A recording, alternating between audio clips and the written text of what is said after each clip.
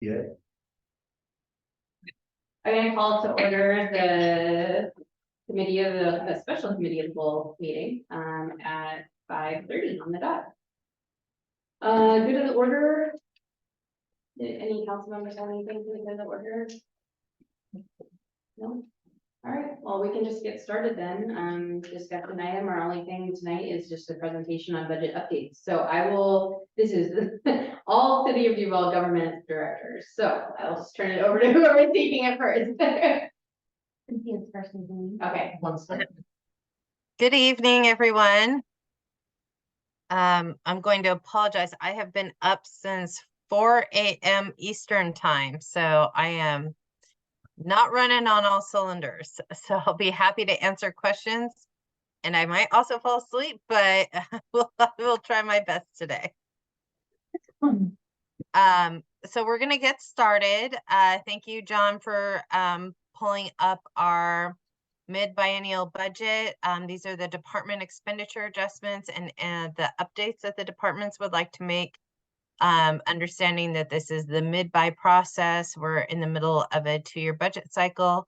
There are places where we've noted work that was budgeted last year and approved in the budget that hasn't been started, which will be reflected in the expenditures that you'll see next week. There are some monies that still haven't been expended that will be rolled over into the upcoming 2024 budget. So we'll go ahead and get started. Next slide, please. So I just want to offer overall some high-level projections that we have for next year before we get into the department presentations. So our cost of living increases for the 2024 budget for Teamsters represented employees and non-represented employees. The COLA increases will be 4.6%, and for the police contract, it will be 4%.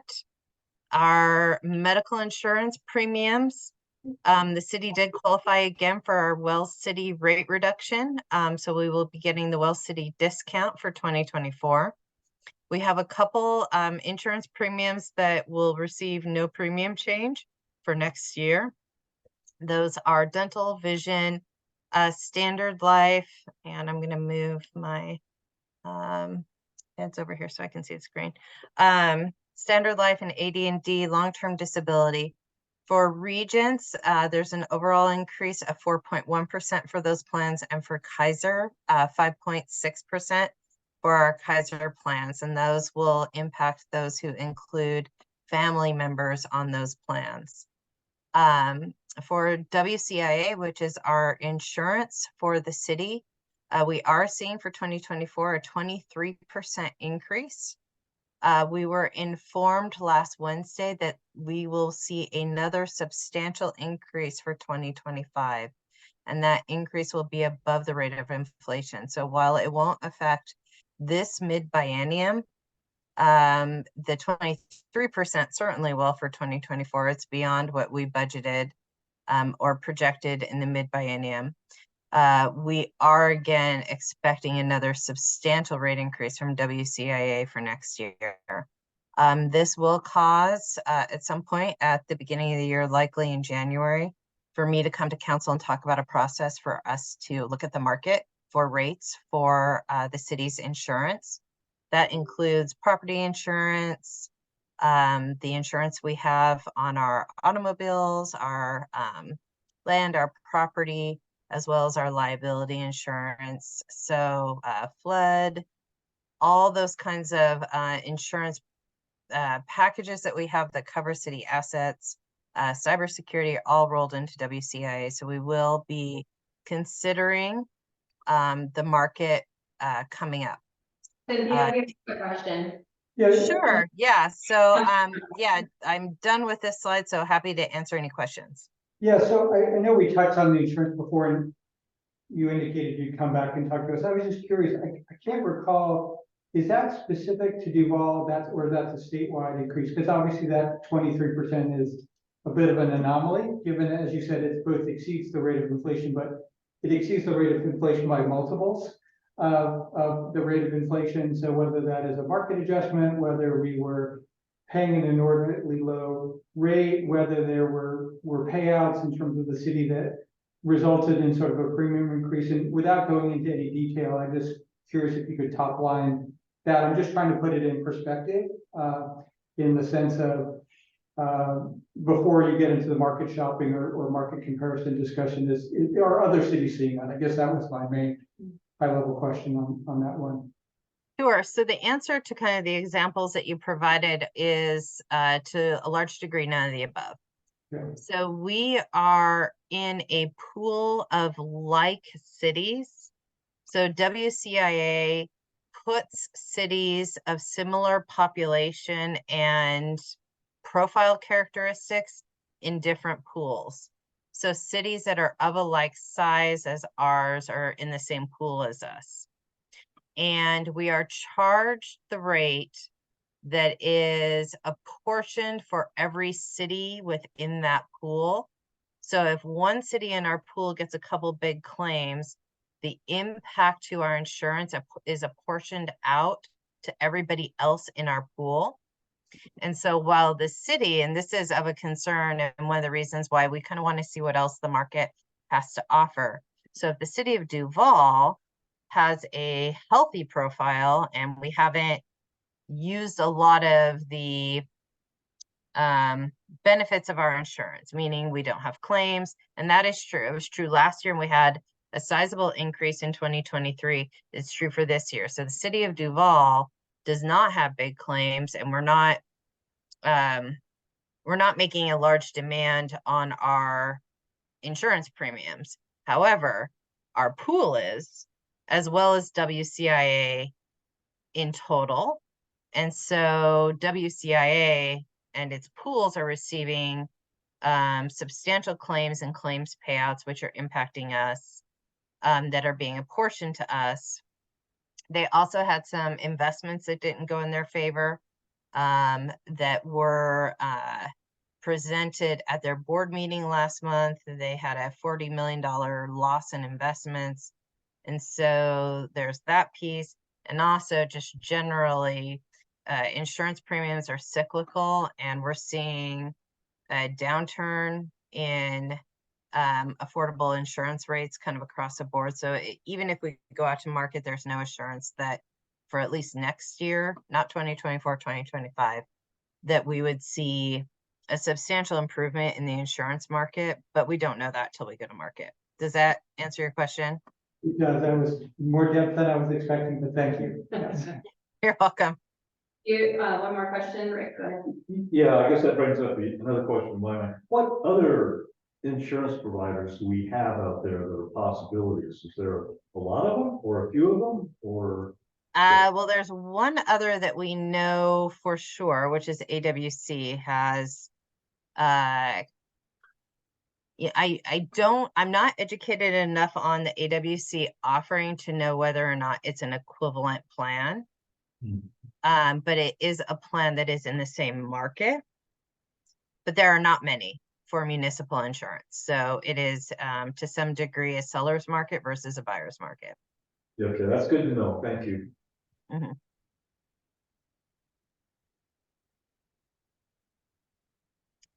I'm going to go off camera, but I will help facilitate this. I'm definitely not camera ready tonight.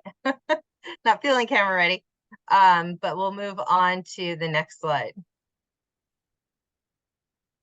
And this is just the order in which we are presenting tonight. When we're finished with the Public Works presentation, any questions, we are going to excuse Director Laniszewski so he can go attend to some family stuff tonight. So we'll get started with Public Works.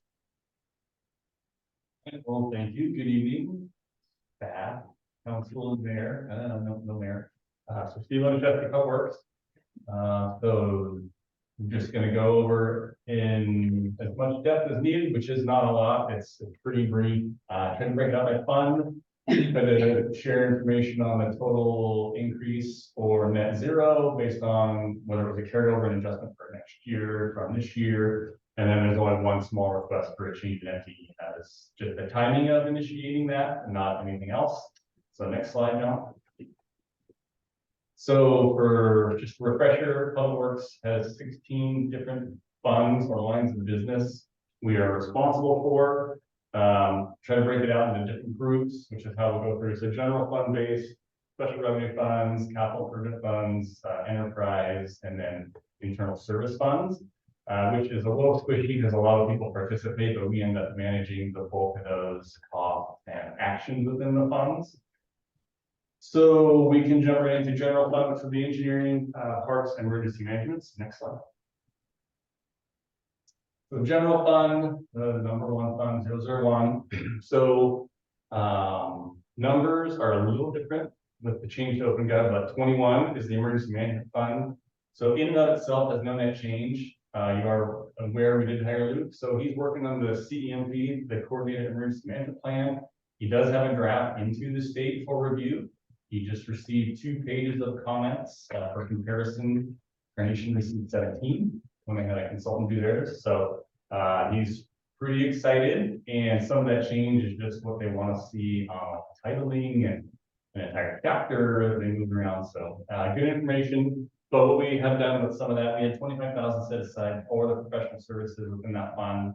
We worked on obtaining some AEDs, which we had not had in the past. And the ones we did have, again, under Luke's watchful eye, were either fully expired or pieces and parts of them were absolutely expired. There's like 3 major components: the unit itself, the pads that attach to it, and then the battery.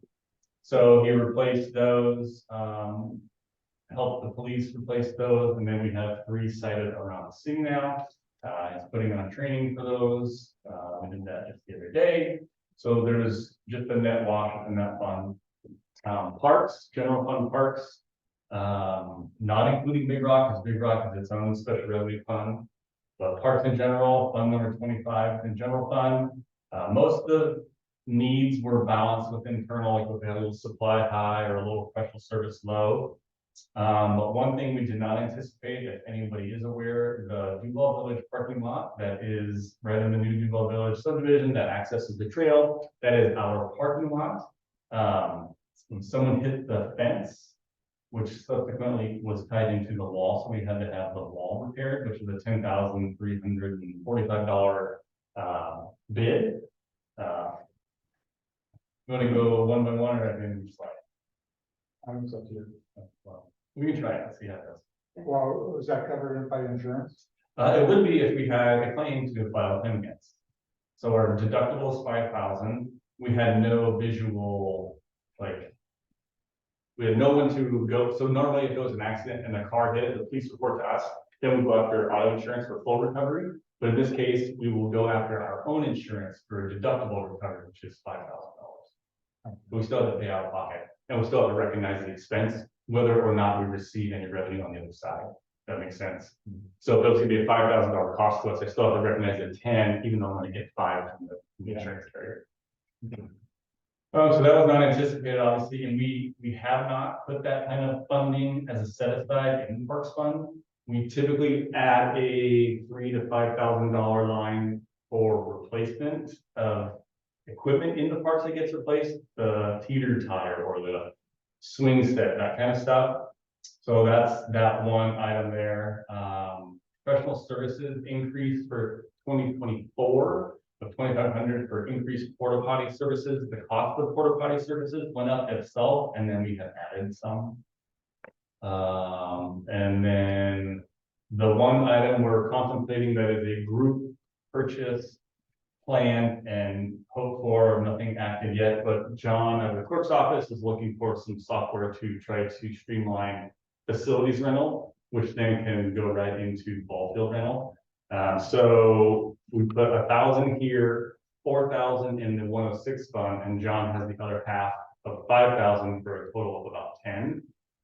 I have some other notes in the 106 on that in general, but I'm not against it. It still needs management, but my caveat to the city administrator's office was, if we can build a nice policy about rental itself, I would love to support that in scheduling. kind of like we have a little powwow and sat around and talked about everything with the facilities of concession. Like, it's not my field. I want to make sure everybody, we need to put stuff in place for the appropriate, like, who, what, when, where, how, and then even when you have software, you have to click buttons and accept and let people, propagate that. But yeah, that's kind of my caveat on that. More than willing to try it, but I don't want to have it a free for all. I want a really good policy behind it that the city wants, not my wants or relevant. So. Yeah, and Director Laniszewski, I'm going to jump in there too. This is a proposed project, but it really comes and is generated out of the website redesign, because we can only really do this added plugin as part of our website redesign, which will allow far more bells and whistles than what we currently have with Civic Plus. So it's still in, I would say, an exploratory phase at this point to see, once we get the new website designed, if this is an add-on that we think would be useful and productive. So of the general fund, it's 10,345 requested for 2023 adjustment, and then 3,500 for adjustments. Streets fund is technically under the general fund, however, it is a different number. But the added expense for street striping and thermoplastic, stop bars, crosswalks, was much higher than we had expected. And that is a sign of the times. And we have a lot of roads and a lot of crosswalks, and we really tried to emphasize some of those improvements this year. We did vet that out we use the county for interlocal services.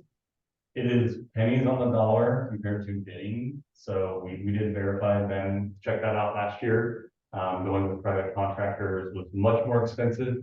When we looked at some quotes. And then irrigation costs are increasing for water use. I know we're trying to conserve, but we do use water on our medians and our landscape areas, and they do cost money. That is the end of the general fund items. So any other questions? No. Councilmember Apple? Yeah, of the 7,000 extra for irrigation, I guess that scope of what the irrigation number was before, like, is that a 20% increase, is it double? Good question. I'm just not sure, because we did raise, water rates significantly, so I don't know if that is also a factor. And you can move on and get back to you, I guess, if you want to. Yeah, and I think whatever numbers are presented next week, there'll be a current budget, extended to date, and then the proposed edits. Yeah, it wasn't a significant increase, but it's just more than we expected. Okay. Kind of a general question, and I'm not looking, this is more informational for me, but obviously there have been a lot of inflationary pressures beyond just utilities. But within that utility bucket, obviously for street, there's also, I don't know, things like street lighting and this falls under that bucket. Have the PSC rates remained pretty steady, or were they budgeted appropriately for 2023 going into 2024? I don't recall any significant increase. I think there was a little increase proposed for 24 that we received some information from PSC on. And then, yes, so they own the lights. We essentially pay a per luminaire, and it's dependent on what size wattage it is, what charge we get per month. I think it went up about 10% because we're $10.95 to $13.95 per month. And I think they said they're going to go up. And we spend, I guess I have right here to say it. Street lighting is $78,000 a year in budget, and we are year to date, which is through 10 months, 77,682. So that is up a little bit. And yeah, in general, consumables, everything is just up a little. R&M, repair maintenance, professional services. Porta potties were a pretty good increase. $20 isn't sounding a lot, but 105 now 125 is a lot. And ADA stalls are more anyway, I think Joe's at 154, so. Thank you. All right, John, next time. Okay, so some of the screen back. Some of the special revenue funds, so ARPA isn't ours per se, but the one item is just a move from 2023 to 2024 is the 160,000 for city hall redesign and site scoping that was programmed. And then 106 Big Rock, we're just transferring some funds. We were looking at doing an infield soil amendment to field 3, which is the actual grass and dirt infield. That takes a special mix of soil to re-blend in the infield, and you're supposed to do that every 2 to 3 years. We had trouble actually getting the material. It's very specific gradation, pretty high in clays because it needs to kind of tighten up, but yet be just porous enough to drain. So the company that used to make that went away, and we were working with the school district because they rebuilt their field at the high school, and they got that from Oregon. So we tried to figure out how to get some of the materials, and we finally found someone fairly local down south, Kent Meridian area. But by the time we said we would take it, they said okay, and they stopped until August. So we pushed that money to 2024, and then you heard me consider the rental software again up for that, but want a policy that pretty much doesn't let me go get it. I mean, this doesn't necessarily happen, but a lot of people can book fields.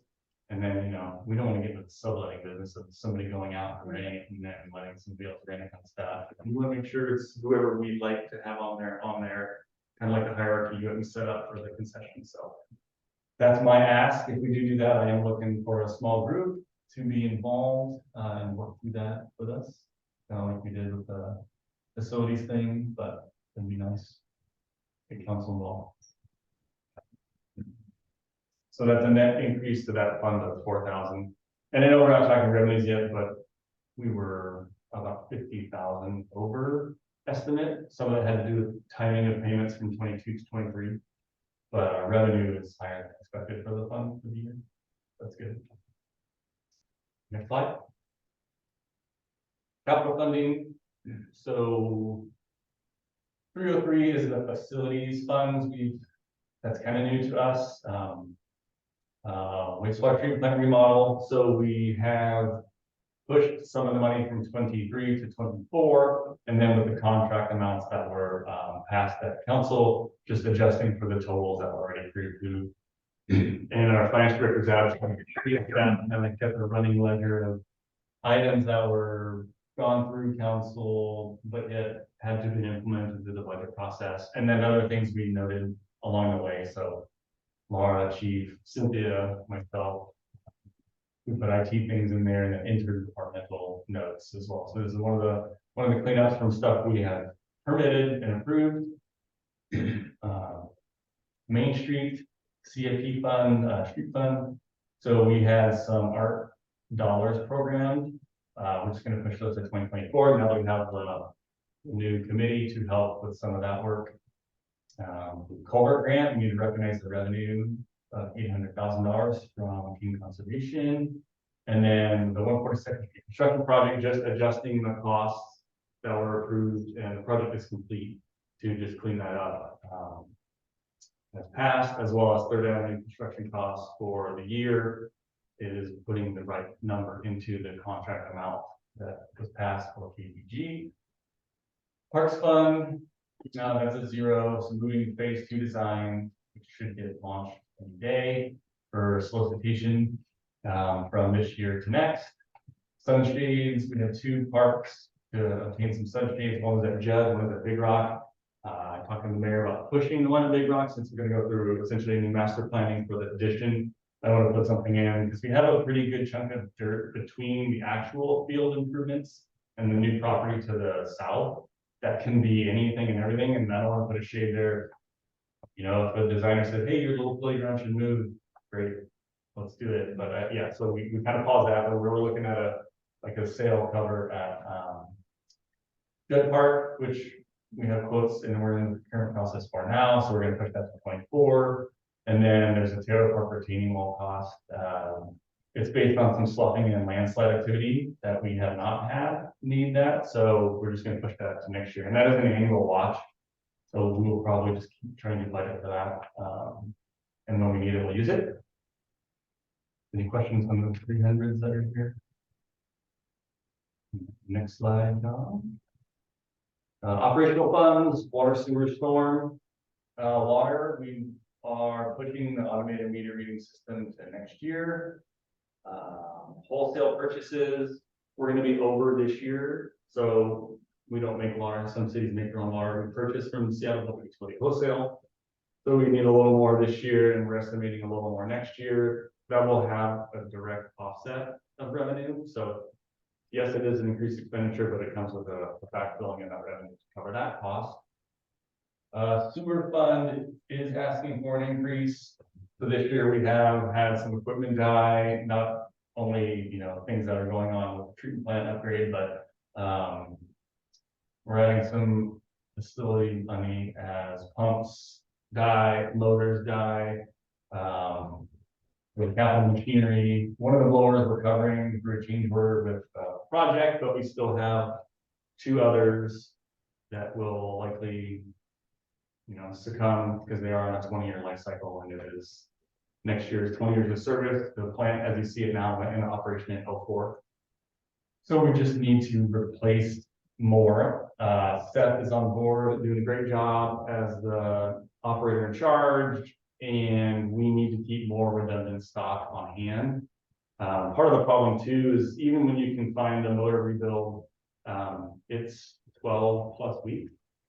So the good news is a lot of the systems we have, there's 3 or 4 of the same pump in process. And we normally can live down one of those, but the idea is to start to amass a replacement pump for each type of system. So we can put something in and then go get it rebuilt, or, you know, figure it out after the fact, but we don't want to be down. Time of year does matter. We can certainly live on 2 out of 4 pumps for, you know, the anox zone with the aeration basin in the summer, but we likely couldn't because our flows are so much higher in there. So anyway, those are some of those asks. 62,000 for 2023 and 75,000 for 2024. Councilmember Duncan? Yeah, I'm just curious, I think I, or is that the right word? Is in sewer? Yep. Has that project been proceeding? The design is underway. Yeah. Okay. So unfortunately, Ben just going in to speak. One of the subs had the ownership, so they were arguing with their prime engineer on some legal stuff, and Ben's like, well, we might have to hire ourselves, or they're going to fire them by someone else. So good news is the design is underway, but some of the secondary information, the people who get the information out of the sewer systems have changed hands. So it's been a little difficult recently. And there's not a lot of people out there to do it, which is making it harder. So yeah, it is underway. Effectively reducing I&I will reduce our costs to operate in the winter. But right now we're still under the same. Okay, so you probably wouldn't see a benefit from that project until after this budget cycle. Yeah, we paid it. Let's see another. And then storm fund, not as complicated there. The state DOE, Department of Ecology, came to us and said, hey, if you do some things, you can have an additional 35 grand. We normally get $25,000 to $50,000 a year from the Department of Ecology for National Pollution Discharge Elimination and PDES grants. So we fulfilled our obligations, so we get to recognize the additional grant revenue. We did buy some extra supplies and some other treatments for storm, but we were able to absorb some of that just in some other offsets at this time, but we still need to recognize the grant and show those expenditures. So you guys all ask, oh, why did you spend so much money over your professional services line? Well, we did because we had that, and we still had some budgetary savings that we didn't get to yet either. So that was that. Looks like moving on. Next slide. Capital ones are fairly simple. Water capital 407. So toll two reconstruction is out to bid. It opens on Thursday. Pretty, I don't want to get over excited, but we have, I think it's 16 contractors registered. Lots of questions, lots of interest. So it's hopefully going to be really good. We haven't had a lot of interest like that in quite a while. So that's just a push. Same with sewer, the I&I, we are under contract, but we'll spend some of this year and some of the next. We had put all that expenditure in 23, so we'll push some of that to 24. And storm fund, we haven't done any of the capital work. So some of the small neighborhood stuff is as it pops up, we prepare and like to be ready and have some funds available. Haven't really had anything this year. Good news, bad news. And then Miller Street CIP, we haven't done, so we'll push that forward to 24. Fine. Okay, equipment fund 501. So 7,500 is the request to add some funds for replacement and upsizing of the trailer. So we already did that. We need to recognize the purchase, which is already budgeted, spend it, but recognize the revenue from trade-ins of surplus. So that was basically when we bought the new lift. Our trailer, our biggest trailer wasn't quite big enough to tow it at a rating that our staff are comfortable with. So we had a new trailer purchased for 15, just under 15 grand, and then sold the old one for just under 10. But all that we recognized in the budget update. We have 25,000 budget for a replacement truck. So we're asking for 9 additional. Part of the reason is the experiment we budgeted 2, we bought one at 26, and it is the Ford Maverick. It has a 4.5-foot truck bed. It is not conducive to doing any real work. So that's the ask. The smaller Ranger is out there, but it has a 6-foot bed. So Joe has been doing some research. We don't want to buy a new, like an F-150 is 42,000. Like, we're more than happy to try to get by a smaller, but again, the Maverick they have is just not adequate. It sucks. It's 4.5 foot bed. You can't even put a shovel in it some days. Yeah. It's not a joke. Like, So Steve, is the 30, so that'd be 34,000. yeah. I mean, no, the 9 and the 7 technically is 16 new, but yes, the new truck will be 34. Yeah, the Ranger is right around 33 plus tax. So we are going to recognize over 25,000 in budget surplus revenue because we surplus things, we sold them. We had no money budgeted for that expectation. So yeah, that's a good question. I mean, like I said, we're trying, we don't, we'd like to go electric or hybrid, but that's 50. I mean, you can get a Lightning right now. Lightning trucks are under 50 grand and they're in stock. But again, like, I'd like there to be something better. The hybrids are there, but then you gotta wait 8 months because there's none in stock. But we need something that's, well, not only to haul, potentially tow and everything else. Yeah, I mean, we have enough, the guys are completely adequate. We have enough tow equipment. We have enough big stuff. Like, it's just another body mover and stuff mover for work. Okay.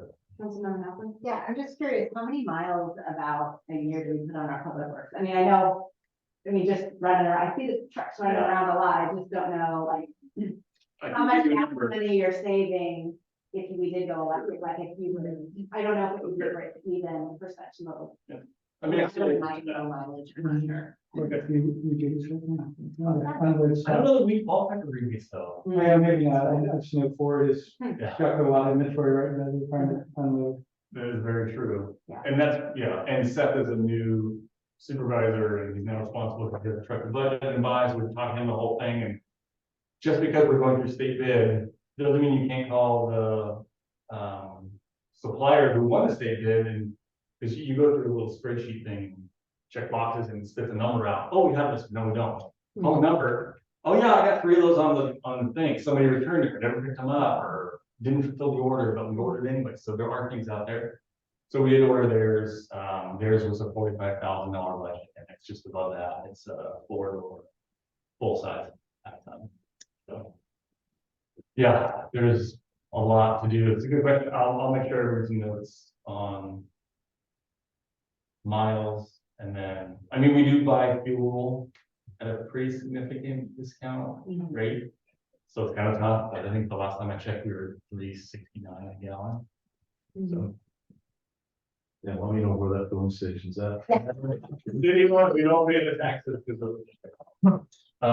So I think that's it for equipment at this point.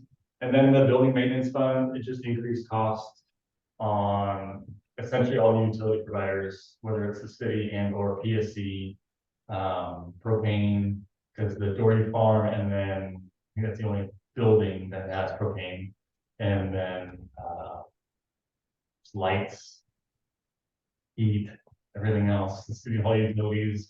I tried to break it out a little bit, like city hall itself is 1,600 and 1,900 this year max projected, and then repair and maintenance, things break a little more. So that's the ask for the 503 fund. Again, it's kind of a shared fund where we all put into it departmentally, prorated based on how many heads are in the building.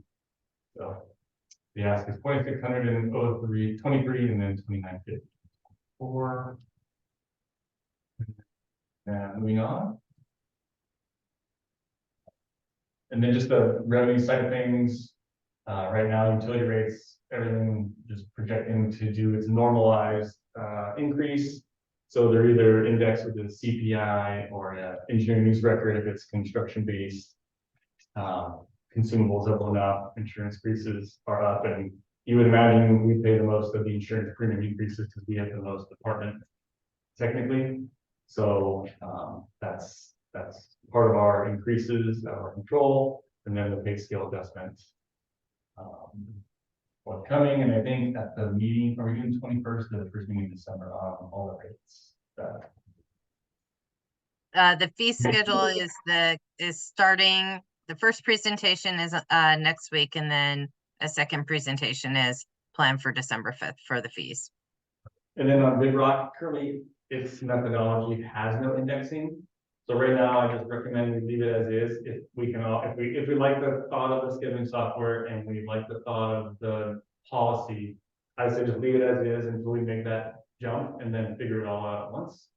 I don't want to do things piecemeal. I think we're doing okay on our revenues as budgeted. It's again strong with our heavy through users, lacrosse, Little League, and Snoqualmie Valley Soccer, and then like Washington, they all rent about the same, just around 30 a year is their rental revenue. I never shared this, but I received some community feedback about the field rental rates and just kind of trying to understand where some of the field ones specifically, you could have, when football rents it, they've got lots of teams on it. There's more pressure on the bathroom, more pressure on the garbage, the parking lot's jammed. They pay the same rate as a field that one baseball team can use, and you've got 12 players versus 100. I mentioned something, Yeah. and I don't know if you were gone for the one meeting and I didn't mention it, I but remember you mentioning a little bit about it, but what was interesting is I didn't go out there and talk to anyone about it, and someone came to me and was complaining, but that seems No. sort of unfair. That you could, because it really does create a lot of wear and tear, not that we want to lose it, but proportionately that it's very expensive, and like I said, the pressure on the facility is much lower. and very expensive is relative. I don't want to diminish or anything, any of the groups, right? Because Rec is right, they work hard to keep your pipes afloat, but Premier couldn't care less, right? That's the fact. Like, if we allow them to book it just to hold it, they will do. Right.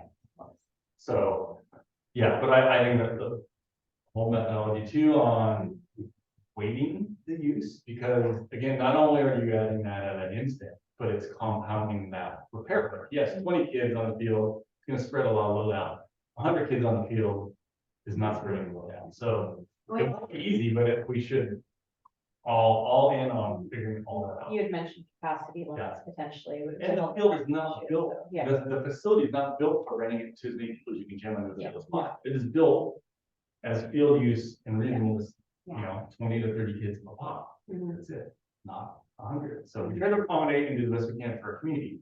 But that's a big one we need to consider. Yeah, and the other thing that I received feedback on is, I think we have nonprofits potentially separated from, or youth separated from adult, but there is a difference between, even if a Premier League is technically a nonprofit. They are different than a rec league where there's no tryouts. I mean, or if there are, it's just trying to balance teams. So anyway, just, I would love to see something like that. I'm excited you're talking about it. I think the community actually really cares and is paying attention. And would probably like to see something happen. Yeah, I know, spoiler alarm, talking about there's tons of ETOS, survey responses already. So. Yay! Oh, yeah. Not quite as much yet as the last one. Maybe they'll get there. See if it tops I want to say like 824, something like It that. was a lot, yeah. It was crazy. We'll But pass the trophy to you if you surpass that. revenue wise, just recognizing increased water sales and then increase in the grant. So, so the only FTE adjustment isn't a new head, it is the crew lead, as we are kind of on the left, we're kind of linear now, pretty stacked up. We're trying to build, support across all of our lines of business. So parks, streets and storm, and then water is how we are looking at staffing. The group. So we have a new parks worker coming on to be advertised and authorized April 1 in the budget. The crew lead transition was a July 1, so that's kind of just an oversight of mine. I'm just asking that we move that alignment to happen with the new personnel in April, so the crew lead transition can occur at April also. So it's April, May, June, 3 months in advance. It's about a $3,000 ask split amongst the funds, and that's the only FTE realignment we're looking for this time. Yeah, super great. Do we have, when someone's promoted to lead, a lead, is there a training requirement? Do they get additional certifications like on landscape management or, environmental type issues, noxious weed management? I just think, is there an advancement of training expected, not just you've been here so long? Right. Absolutely, and they still do that now, and how it works is the two leads we currently have. So Mike Z is water parks, Cody is street and storm. We expect Cody's going to stay, we'll open up internally. Mike is looking and likes the parks and wants to get that focus, and then we have another person we'll bring on at the water lead. So Mike will kind of not given, but things happen the way we expect. He would do that, and then we'll start to align that group. We're sending the new guys to training, and they're really excited about learning about parks and irrigation and all that entails. But there's so many different lines in parks, like it's its own, like other agencies, it's its own department, right? So that's what's tough. We're 24 people, but that's 12 in operations and 12 on the management side of things. Yeah, I just wasn't sure because we hadn't had specifically a Yeah. lead parks position, and if there was specific training expectations to be promoted into that. Year round and busy year round, so we want it to happen. Training will of course happen, and we'll learn as we go too. I've been very frank with people who ask questions, like I get to dedicate 1/16 of my time to parks. When health life safety stuff pops up, that takes precedent, right? It's hard, but everybody loves parks. No one cares it is underground. They don't see it. Like we couldn't care less on the water system, but we have to manage it constantly. So yeah, a lot to consider, but that's. Yeah, you have a figure for how much you over budget for 2023? Minus the revenues that you have. I mean, there was a lot of pluses and there's a lot of net zeros. And what's the bottom line? That's what I It's a great question. We'll have that for you the next meeting. the next meeting. Yeah, and I think, and we didn't lead in with anything other than just trying to share where we're at, but right, we have to end the year in the black for the state. Can we likely do that without adjustments? Most of the time, yes. And anybody can correct me if I'm wrong, you used to recognize some of the ending fund balances as part of the budgets, which means they're there, but now we don't really recognize them in that way. So there was a buffer, like if Thorn had $1 million ending fund balance, and I said I was going to spend $2 million, but I spent $2,100,000, that would be buffered in the ending fund balance. Okay. but we don't recognize the funds that way any longer, so it's a little tighter on what we show versus, and what we spend. But your question, the answer is probably, yeah, we likely could land in the budget and expenditure by some multi-line offsets.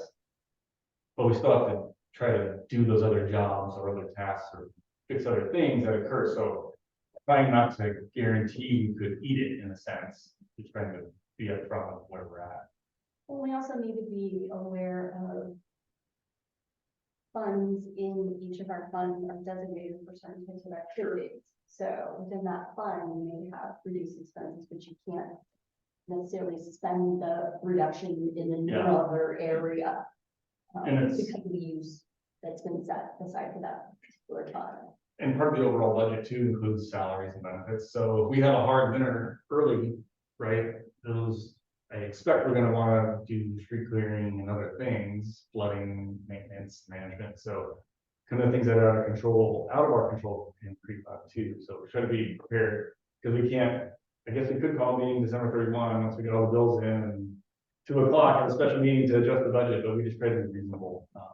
Okay. Yeah, I don't know your total number, like if you knew. Yeah, no, Hey, we said we're gonna spend 10 million bucks, but we're really only at 9, is this a big? I was just kind of wondering, in your presentation, you had a lot of, plus numbers. Did you add those up, and is there a total on this? No, because each number Doesn't fund, make sense to do that. the only fund that we all share is the general fund, right? So that's a tough one where, yeah, depending on what I say, or the chief says, or Laura says, it affects, a smaller allotment, but the utility, like those revenues and how those funds are built are still segregated in what you can or cannot use the money for, most of the funds, from 300 to 400, if I don't use it, it stays there, it doesn't go anywhere else.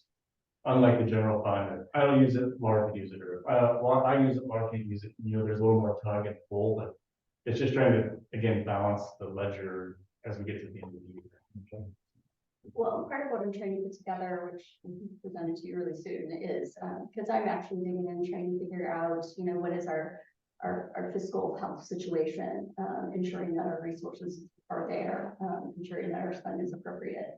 And everything that I'm digging into, I'm feeling very comfortable about what I'm seeing, our revenue coming in, expenses that we're managing. I'm looking at the balances of our fund, what we're projecting for this year for revenue, expenses, where that leaves us for this year and next year, where the balance leaves us at the end. And I'm getting very comfortable with what I'm seeing, and I'm hoping when you actually see the numbers that you'll feel the same way. And I will just say I appreciate all of your patience. There's a lot of data to analyze. There is a lot of culture and process, and to put into play as to how each fund operates and the characteristics of each, the trends over the year. So it's been a lot. I'm feeling much more comfortable with the data, and hopefully you'll see that with numbers to come. That's my last. Okay, any more questions for Public Works? Don't see me. Great, okay, well, thank you, Director Lanszewski. We'll move on to police. Excellent. Good evening, council, staff, who are present. Chief DeBach, Duvall Police. I'm here to give the adjustments for next year for the police budget. Next slide, please. First, we're going to talk about the general fund. We still have approximately $31,000 left in our court services account, and this was due to a decrease in the overall arrest and prosecution from last year. We estimate a remaining $9,600 in outstanding balances for this year, which will leave us approximately $21,000 in our court services account. We'd like to move $17,000 of this remaining balance to small tools in 2024 to cover the price of pistol optics needed for our patrol officers. Small tools, this account will be over in 2023, and this was due to additional training ammo that was purchased for our new hires. We are requesting to move $5,000 from our training account to cover this increased cost. Professional services, We budgeted for $5,000 or $2,500 a year for internal investigations. The first investigation that we had in 2023 cost $4,100. And we're anticipating 2 additional investigation invoices that are pending. So we're recommending adjusting this amount from the $2,500 a year to the $10,000 in 2024 to cover those prices. We should have a balance to cover this because we lost our MHP a few months ago, and we'll have the remainder of that money in this account and plus the beginning of 2024 till we can find a new service.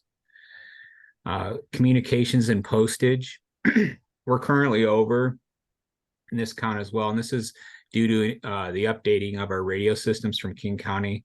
We have gone from digital, we've gone from analog to digital, and the maintenance and service cost is slightly higher on these radios. Also, Allstream, which is our internet service, was previously not budgeted in this account, which costs about $775 a month. So we're recommending increasing this line item to $12,000 to 2024 to cover the additional expenses. Our dispatch services increased with the new ILA that we presented last year. We initially budgeted $126,000 in this account to cover the dispatch services, but we also added an electronic storage service as well, which is to help us go paperless with our police department. This price was included in the new ILA along with the cost of living increases, and the total cost for 2023 was $128,400, and for 2024 it'll be $133,560 for our dispatch services. Any questions on that? Okay, next, if there's none, next slide. Sorry. So our overtime, while going through the budget process, we noticed that the Riverview School District overtime needs to be cleaned up a little bit. And we noticed that Officer Dunkley had some overtime coming out of 2 separate accounts associated with the SRO position. And some of that overtime is going to be city overtime. So we have to determine which is school district overtime, which is city overtime. And then we also got invoiced Riverview School District for the overtime events we had last year. So that money's also got to be figured into this. More overtime has been used than what was anticipated. We had 3 officers out on admin leave for 2 months. And then we also had a additional training for the new officers we hired last year, which was state mandated, and instructor certifications that were coming up. Plus we had 3 or 4 all hands training days, which included our body worn cameras training, active shooter classes that the officers needed, and then range dates. We budgeted for an officer to retire last year at $27,000, and then an additional $12,500 for an additional buyout in 2023. So that money is still in the account, and we should be able to balance this account with and cover this additional overtime cost with that funds in there. Is there any questions on that? One question, go ahead, Councilor. Yeah, what was, it says an additional buyout in 23 and another in 24. What is that for? That's just one we've been prior to this last budget cycle. We were seeing officers either leaving the department or retiring every 5 to 6 months. So we were just anticipating adding those additional expenses in there for buyouts for when they leave. Oh, I thought we already had that in the budget, so we didn't have any. Right. We just anticipated that and added it to the budget. Okay. And is there any additional questions? One more, Councilmember Schaefer. Sorry, this is really, let's start with the question. So Chief, that's already in the budget, is it not? What Jennifer was asking about? Yeah, that's already in the budget. Sorry. Yeah, that money's already in the budget. Yeah, so I thought maybe there was a misunderstanding there. So that amount is already in the budget and being used to offset some of these other increases. Yeah, exactly. So the officer didn't retire this last year, so that money's already in the budget. So we should be able to use that money to offset the increase in the overtime expenses. Okay, that makes sense now. Sorry. Sorry. And I would say that we are not anticipating an immediate retirement, so we don't think we'll have an immediate use for the monies that were budgeted for that purpose.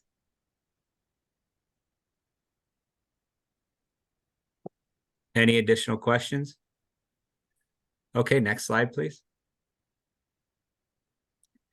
These are the adjustments for accounts 501 and 503, like Director Lanichesi explained. These are shared accounts through the city. The first account is for our vehicle equipment and maintenance. We're over by approximately $6,600 in this account, and that was due to the cost of vehicle increases from the dealers. We have purchased both vehicles that were budgeted for in this biennium because we wanted to get them while we could, because it's been very hard to get vehicles as of late. And also FCI, who does our installation of our emergency equipment, has also increased their prices as well. So that's where we're getting that overage by $6,600. Building maintenance fund, our utilities. We didn't previously have the Astound services in there, so we need to add that. So it's additional $1,200 to cover this. This was additional. This was previously a free service that we were getting through an agreement with the city through the cable company. And then building maintenance, PD repairs and maintenance.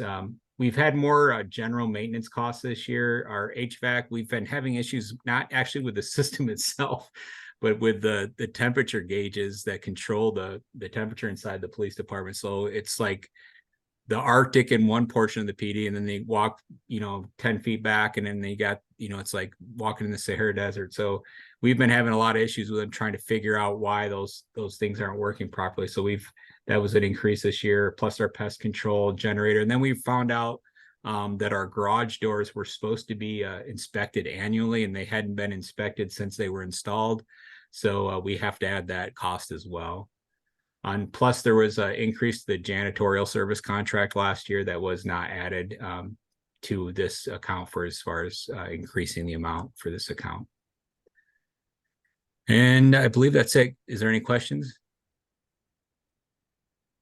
And Chief, that's a kind of a good reminder. I mean, one of the nice exercises, I suppose, in going through this mid-biennium budget process is just truing up accounts and finding things that should be in places that aren't there, and moving things out of accounts that shouldn't be there. And a large portion of what we've been doing for the last 2 months is cleanup, in addition to trying to highlight what has changed. I'm not seeing any questions, so. I think we're- Excellent. Well, thank you for your time, everybody. I appreciate it. Next slide. Then again, questions, we don't have any. Thanks, Chief. Yeah. All right, we'll move on to Director Thomas. Good evening, Laura Thomas for the record. Our budget seems to be one of the easier ones to do for the general fund, at least in the planning department. So we consider that the 001, and then planning is the department, and that's number 15. I also manage the sensitivity mitigation, which is a 107 fund. So the good news is we have a lot of big picture this year, and we're definitely making progress on all the projects that we're working on. But as other departments, especially as Steve said, we have a lot of carryover, right? We're working on the Park Trail and Open Space Plan, we're working on the comp plan, we're working on the transportation plan, and then the legislator gifted us some new mandates. So we're doing some budget for that as well. But I don't know if anybody remembers my presentation last year. I actually put that in my presentation. I said, we're not sure what the budget for this next year for policy changes. We're not 100% sure where they're going to go. Well, now we have a better idea. And so I don't think there will be further adjustments in the next legislative session, but I certainly won't guarantee that. And if there are, we'll come back right away and let you know. We did convert the planning manager LTE position to a senior planner. And as many of you know, we hired 2 senior planners in the spring, and 1 left right away. And we were not able to actually successfully recruit for that. It took a year plus for us to recruit 2 planners. So we chose to not go back out, use that for the most part as cost savings, and know that we would have to utilize consultant work probably for some current development if it got busy while we're doing our comp plan update. So converting the planning manager to senior planner is some cost savings, but because we have over really a 0.5 FTE for almost the entire biennium, it's about $150,000 cost savings. And why do I say that? Because we need it, because our comp plan costs so much more than we thought. So the good news is we were able to, partially pay for that. So that made me at least feel a little bit better, but we are still coming in with some additional requests. So the comp plan, 90,000 over what we budgeted. So we budgeted 150,000 and it came in significantly over that, almost 100,000 over that. We are having to make changes to our design guidelines, landscape, ADU, and some other miscellaneous policies, and most of these are due directly to legislative changes. So we're going to try really hard to do as much as we can internally to do those updates, but we're going to need some technical assistance. So I budgeted about $75,000 to do that. Policy work can be pretty expensive. One item that I have not budgeted out that is due 6 months into the next biennium is our critical area or sensitive area ordinance update. And I'll be working on a scope of work for that. They're just pushing out some of the guidance. King County is actually in the beginning stages of that. So I've been attending their regional meetings. As you know, the legislature gave cities the choice to actually adopt the county regulations, which I'm not sure that we would want to do, because then anytime they change it, it automatically changes our regulations. But we'll have that conversation because I'll bring forward the two options next year. Travel and training and professional licensing has gone up because it's just a cost of living issue as well. Unfortunately, our professional licensing has gone up as well. And we keep everybody licensed, within our organizations, within our department. So that was a little bit of a hit that I wasn't expecting. The other item that we weren't expecting is we have storage costs for planning documents, because we kind of got kicked out of the public works building, and that's where all of our documents were stored. When we open up that new building and community development goes down to be housed there, we actually are not going to have that storage space. So we're going to have to figure out long-term what we're going to do with obviously our paper files. And we are going to come up with a plan. Eventually we're going to have to work through, doing, to digitize them and then send them on to the state, or we could destroy them if we have an electronic record. So stay tuned to that, because you'll see that that is going to impact for sure planning and building. And I'm not sure about public works, but could, because you still have paper. Just in general, but we have a lot of paper. So we really do want to start getting on it over the next several years. Yay, there's no changes to the 107 fund. I did want to say that we're going through, and our city administrator Cynthia said this, all of us are going through and looking at all the accounts, revenues, expenditures, making sure that everything is budgeted where it's supposed to be. And I found one item that was in a revenue, which was kind of that pass-through cost that wasn't coded correctly. So I'm going through right now and recoding those. It's 118 lines. So it just takes a little bit of time to do that, but I'm on track to have that done by the end of the week. So we're gonna get there. And it wasn't a super big deal. It was just like all of them went from, should have gone to a couple lines below, but I just want to double check, all of them before I say, yeah, do that to all of them. Next slide. So now we're just going to talk a little bit about the building and permit fund. As you know, building used to be general fund, but now they're their own special fund in the 104. And so this is pretty much our first big biennium doing that. We have increased costs for GIS services, partly due to increased development, but more importantly, our OpenGov relies on GIS data. And so because there's more final plots, we're having to utilize our GIS consultant, which is Transpo, to do more of that work for us. So we're gonna have to watch this, because at some point, we're gonna get to the point where when we start looking at new staffing, either in public works, building or planning, do we bring somebody in that has that area of expertise so that we can reduce that cost? Because I think when you look across all departments, we're probably getting close. Not for a whole person, but somebody that has that skill set where we could dedicate some of their time to that. We talked a little bit about digitizing permits. So we are going to be looking at grant, and we are going to look at starting to do some of that work, because we're getting a lot of records requests in for current development that might be new, where an HOA wants, all of the building plans. And so we're gonna start doing a little bit of that work, because we've only been implementing for a full year. And anything that's been OpenGov that we've put in there is digitized, but we have, decades worth of records that aren't. And so anything that wasn't in the system a year ago, we don't necessarily have electronically. It's still like a paper roll, so old school. So we're going to be looking at doing some of that work and looking for, there is a grant, but we also have to be cautious, because whatever we digitize, we have to store somewhere. And so we've got to work through that part as well. And that's something that we will likely look at in the next biennium budget, work with IT, work with administration. What does that look like? We have a lot of things that we have to do in preparation to even start that digital process. Yeah, at a high level, I would say, Director Thomas, what we are discovering is we have a immense need to digitize city documents and become more sophisticated in that way. And our IT infrastructure at this moment cannot support the amount of digitizing that we need to do across the city. So that will not be a 2024 project. It would be something kind of grander in scope, because it's so much is needed in this area. Thank you.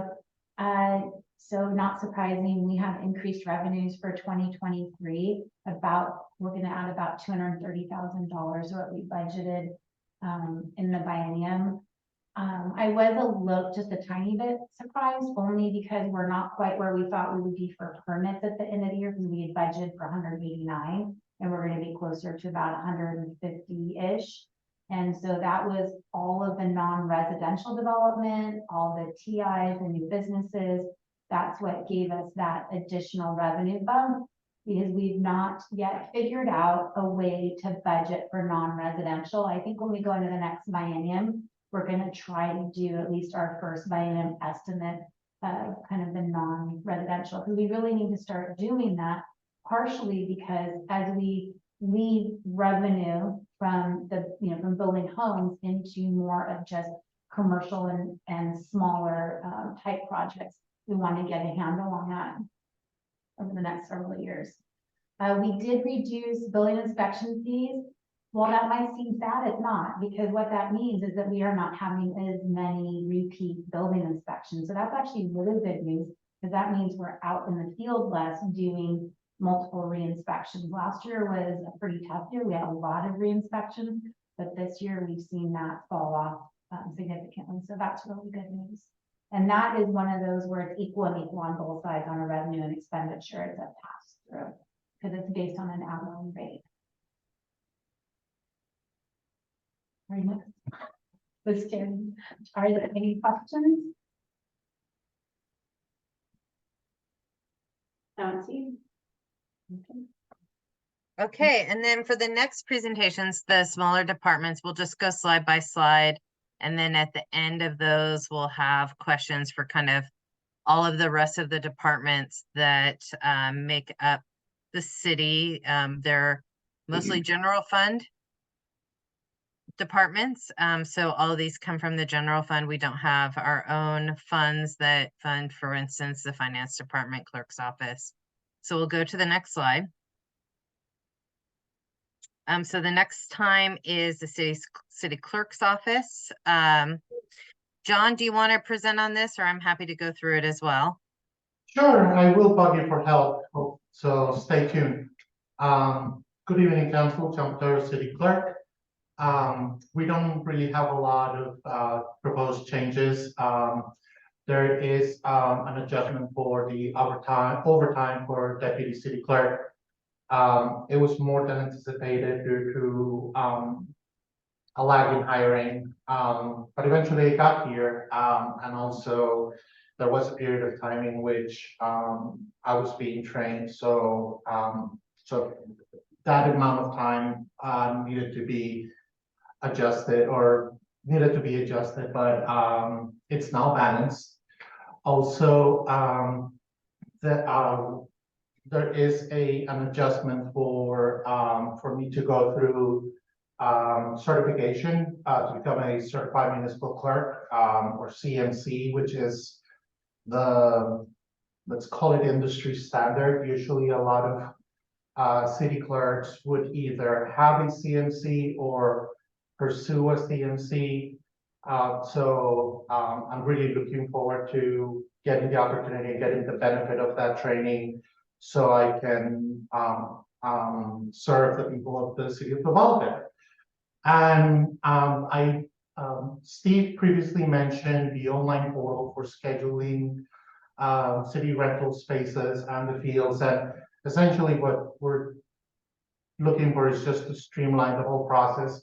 As Steve mentioned, there will need to be a policy behind it so that it facilitates the business process of the application itself. So that will be part of the work in progress. It is part of the website redesign project. It is going to cost an overall of 10,000, and this can be offset with ARPA funds, unused ARPA funds. Please. Oh, Yep. Is this the only page you have? Yeah. Okay, I was like, well, I'll wait till the end, but then I thought maybe. So I think that you manage facility rentals, our buildings. Our office, yes. Department. Okay. I'm just curious what it looked like. So I know the rec center is offline because Public Works is there, so that one is not being rented. But how does it look like for depot rentals and this building?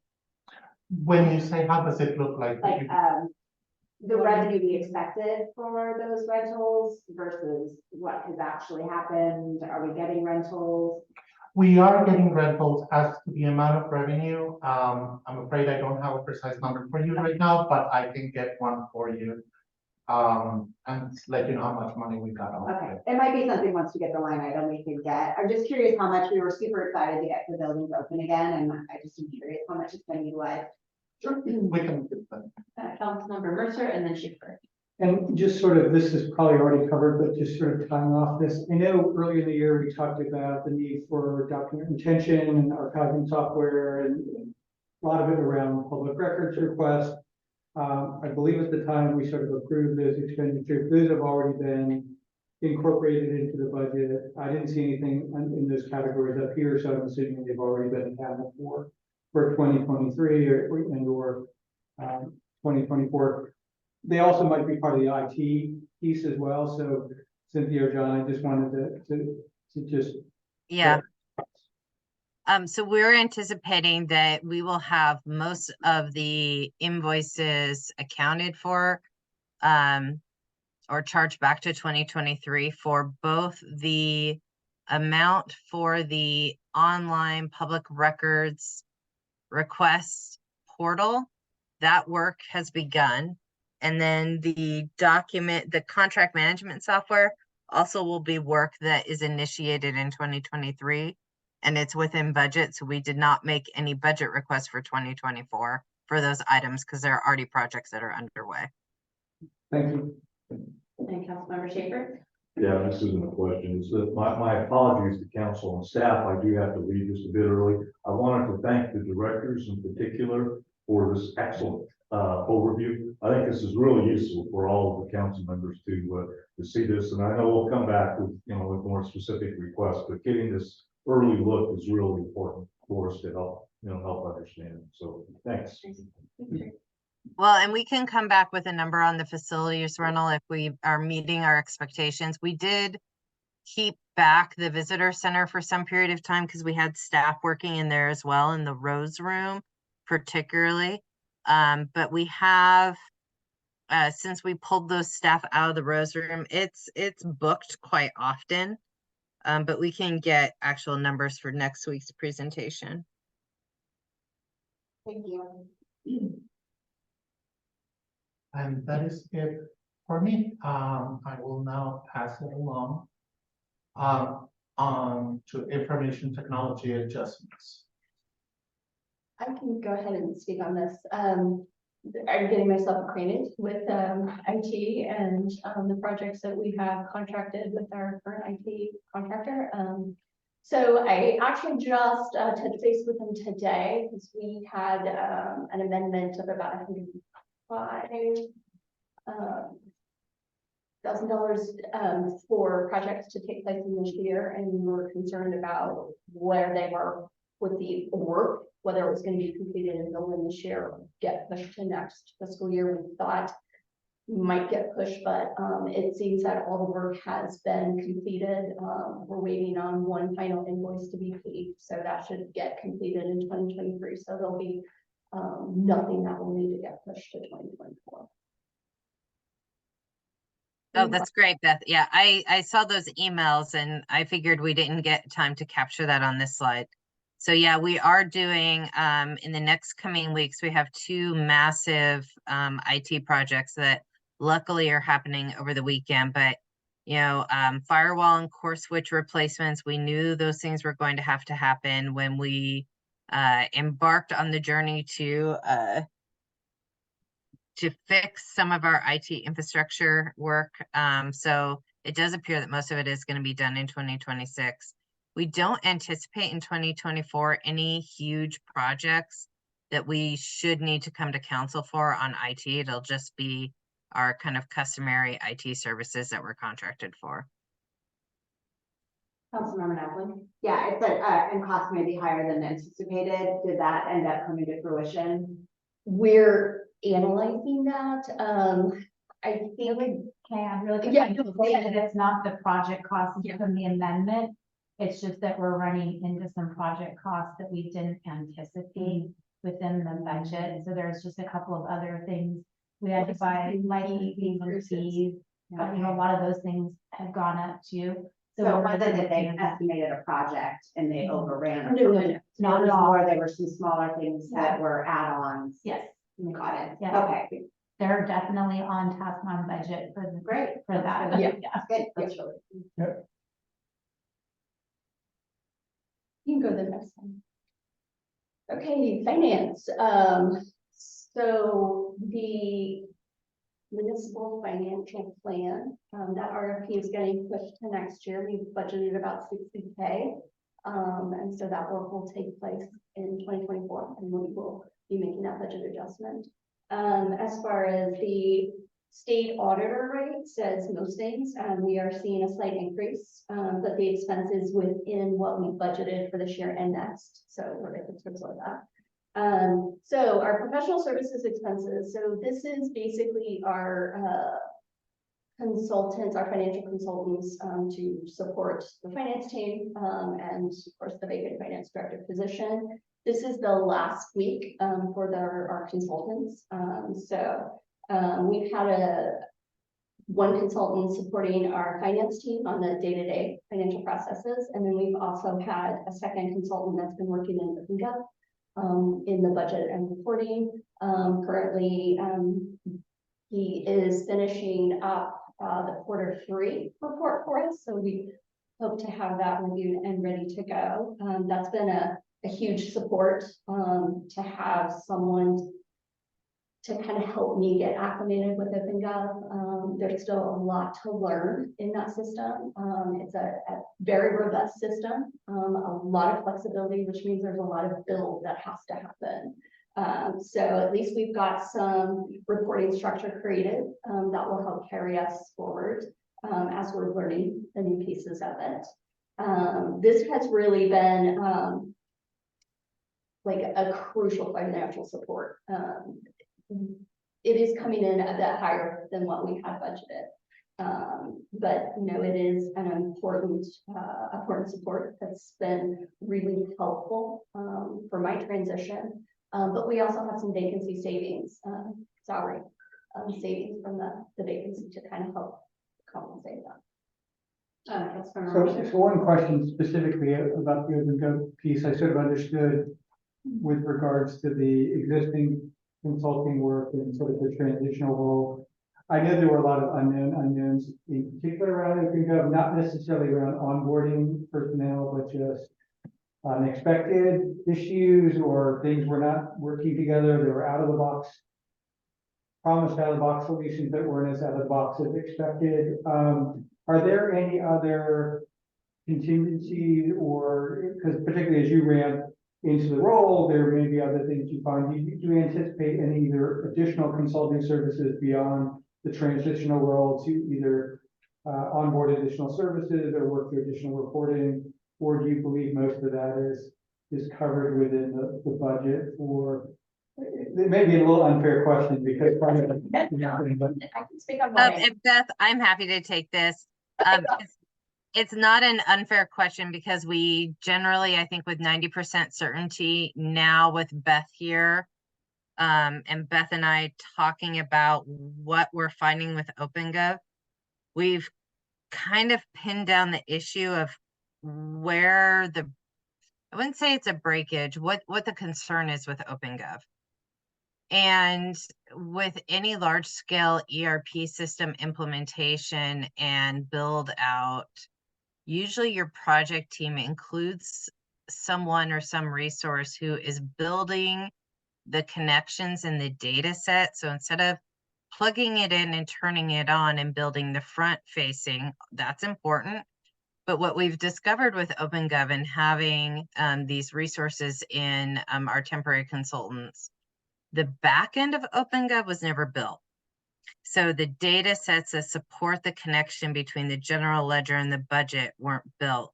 The coding in the back of it wasn't built. And for months, you know, I have also made the assumption that it was an OpenGov issue and would get incredibly frustrated when I would call OpenGov in kind of a naive way and say, your product doesn't work.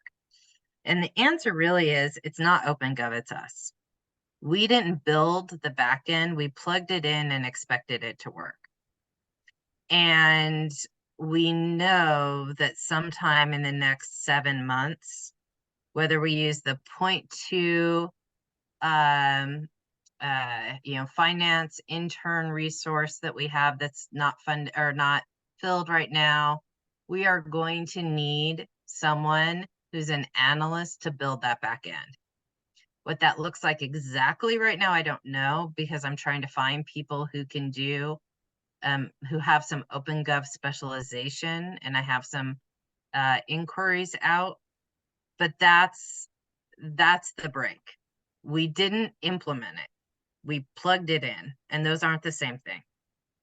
that makes sense. So there's some integration work that still needs to be done. And that's really just what I was asking. If that sort of sets it up that there could be an ask back to the council based on once you scope that work in terms of what the RFP would be, if it's above and beyond that 0.2 FTE that's been, that is currently being underutilized or not utilized. Yeah, Thank Beth, you. is that consistent with how you see it? Yeah, absolutely. Or do you want to finish your thought or? Well, I was just gonna say that, you know, it is a very robust system with a lot of possibilities, but it's one you pretty much have to build yourself specific to your needs. Councilmember Naplan? So I was at a lot of the presentations and I would say, we were sold a system that was where the ERP was integrated with the budgeting and reporting system. And if that's not what has happened and we have to build something, that feels a little, like we paid them to get our system running and help us with the conversion. And if that didn't happen as part of it, I still consider that an OpenGov issue. So I feel pretty concerned that we were sold something that, yes, it's all integrated, but then we're told, oh, Well, you have to build the integration. It is integrated. The two systems do work well. I'm very confident about the general ledger side of things, although there's a lot of functionality we're not utilizing. There's workflow approvals, there are a lot of things that we need to take the time to learn how to implement, because it's not just click a button, ready to go, because everybody's process is different.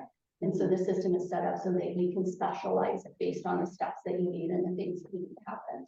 So it does integrate. So the budget and reporting piece integrates very well with the financials. But once you've integrated, like for reporting, you have to build a data set. Like what do you want in that data set? And what do you want to show out of that data set? That's what you have to build. One of our consultants have spent like many months formatting the quarterly reports, and it's a very robust report. Luckily, that report can now be copied and updated with updated data. So he's built a data set that updates nightly, that can integrate with that template so that we can continue that format. But if we want other reports outside of a quarterly report, we're going to have to build the template for that report, build the data that needs to, happen to integrate and fill that report. The So configuration, customization piece. Exactly. So we have a blank slate as far as what we can build and put together, but you have to have the time and the experience and know how to do that to have good reporting. So the potential is there. There's more effort, I think, than what was originally anticipated with the system. Okay. Thank you. Yeah, I think I'm done. Unless you guys have more questions.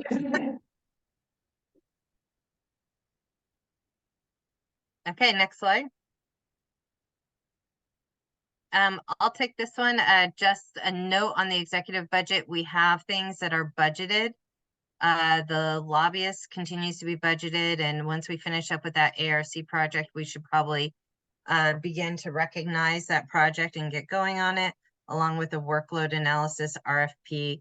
That one, along with the municipal financial plan, certainly has waited and needed to have a partnership with our finance director. So now that we have Beth, and once we get through with the budget process, Beth and I will be meeting on how to move those two projects forward. On the legislative budget side, we have a couple things that could potentially have the remaining ARPA funding cover. And those are really around accessibility of our city council meetings. So one is a video conferencing system to improve video quality and allow for more reliable closed captioning. We did have a resident community request to have closed captioning. I think it's a really important thing that we do to offer closed captioning, but given the acoustics in the building and the limitation of the owl, our closed captioning is nowhere near accurate.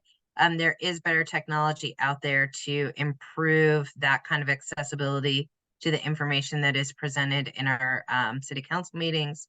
And then similarly, this would be part of our website redesign. What we're learning with Civic Plus is that there are a couple things that Civic Plus offers to really make our website sing and be a little more robust in terms of what we can offer to the community. And there's an agenda, meeting management software, and portal for meeting material accessibilities, meaning information we post to our website. That is a little more nifty, and given that it's really around accessibility to information, it would also meet the criteria for the remaining bit of money we have in ARPA funding.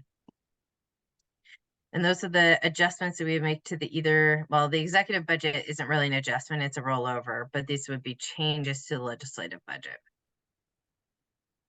Questions? Not seeing any. Okay. And then I think we only have one more slide, which is for our commissions. We just want to note that we are not buying fancy laptops for our new commissioners. We have our new cultural commissioners, but they will need a electronic resource for capturing city information, city emails. So there'll be new laptops that are purchased for the cultural commissioners. And we are we have a rollover of approximately $17,000 for public art projects. That's in addition to the rollover from Main Street that Steve noted. And then we have a couple joint training needs with new commissioners for planning and the library board, as well as the cultural commission. So once we get a bunch of new folks on board, we'll have some version of Jurassic training or some other training for all of our new commissioners about how to operate in the public realm. And then for Civil Service Commission, we will have additional professional training for our new Civil Service Commissioner who will come on board. And I believe that concludes the presentation for tonight. And it's 7 o'clock, right on time. Any last questions? All right, well, I guess with that, and assuming you don't have anything else, Cynthia, that was it? We don't, not for tonight. Okay, so with that, we'll go ahead and adjourn at 7:01. Thanks, everyone. Thank you.